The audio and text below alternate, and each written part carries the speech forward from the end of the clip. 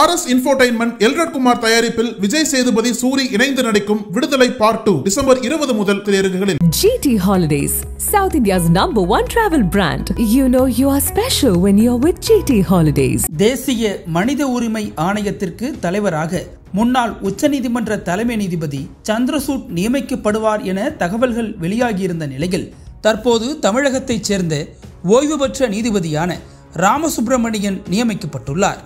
இந்தியாவின் தேசிய மனித உரிமைகள் ஆணையம் டெல்லியில் செயல்பட்டு வருகிறது. இந்த ஆணையம் மனித உரிமைகளை மேம்படுத்துதல் மற்றும் பாதுகாப்பதில் முக்கிய பங்கு வகித்து வருகிறது. தற்போது இதன் பொறுப்பு தலைவராக விஜயபாரதி சயானி பதவி வகித்து வருகிறார்.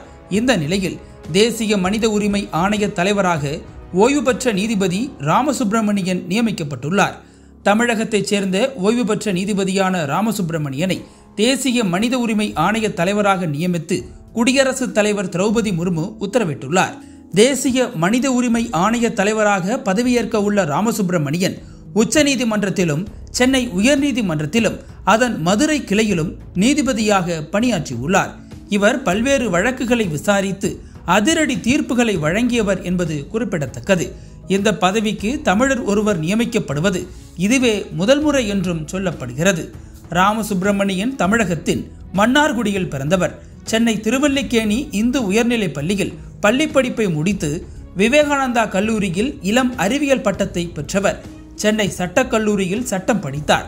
2006 முதல் சென்னை உயர்நீதிமன்ற கூடுதல் நீதிபதியாகவும் 2009 முதல் சென்னை உயர்நீதிமன்றத்தின் நிரந்தர நீதிபதியாகவும் பணியாற்றியவர்.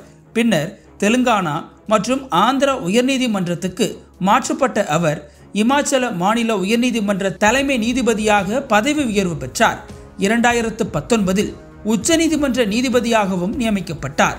முன்னதாக தேசிய மனித உரிமை ஆணைய குழுவின் உறுப்பினர்களான பிரதமர் மோடி, மக்களவை எதிர்க்கட்சித் தலைவர் ராகுல் காந்தி, மாநிலங்களவை எதிர்க்கட்சித் தலைவர் மல்லிகார்ஜுன கார்கே ஆகியோர் கடந்த வாரம் மனித உரிமை ஆணைய தலைவர் தேர்வு குறித்து விவாதித்துள்ளனர்.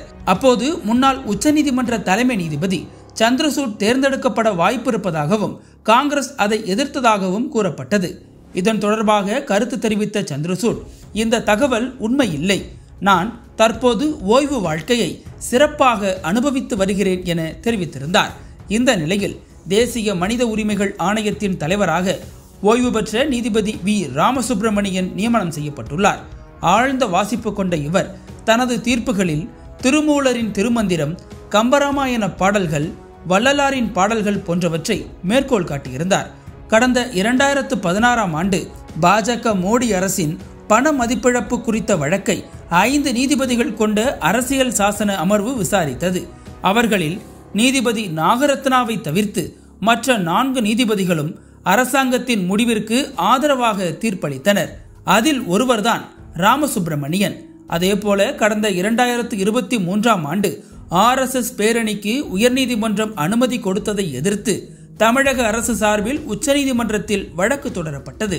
இதை விசாரித்து நீதிபதி ராமசுப்ரமணியன் தலைமையிலான அமர்வு தீர்ப்பு வழங்கியது. நீதிபதி பிறப்பித்த தீர்ப்பில் தமிழ்நாட்டில் RSS பேரணி நடத்த அனுமதி வழங்கப்படுகிறது என்றும் சென்னை உயர்நீதிமன்றத்தின் தீர்ப்பை எதிர்த்த தமிழக அரசின் மேல்முறையீட்டு மனுவை தள்ளுபடி செய்வதாகவும் தெரிவிக்கப்பட்டது. அதேபோல கொடும்பாவி எரிப்பது என்பது சட்டப்படி குற்றமில்லை என்ற தீர்ப்பை கொடுத்தவரும் இவரே. தீயினார் சுட்டப்புண் உள்ளாரும் ஆறாதே, நாவினார் சுட்டவடு என்ற குறளை தமிழில் குறிப்பிட்டு தீர்ப்பு எழுதியதும் இவரே. அதேபோல அமைச்சர் செந்தில் பாலாஜிக்கு எதிராக போக்குவரத்து துறையில் வேலை வழங்க பணம் பெற்ற புகார் தொடர்பாக முழுமையாக தொடக்கத்தில் இருந்து விசாரணை நடத்த வேண்டும் என தீர்ப்பில் குறிப்பிட்டார்.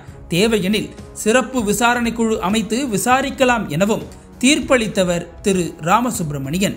இதேபோல ஏராளமான முக்கியத்துவம் வாய்ந்த பல்வேறு தீர்ப்புகளை நீதிபதி வி ராமசுப்ரமணியன் வழங்கியுள்ளது குறிப்பிடத்தக்கது.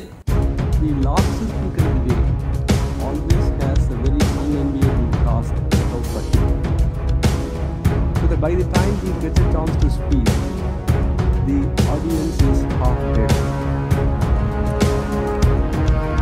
Therefore, it is up to him, up to the last speaker, either to put the audience back to life or to push them to the ventilator.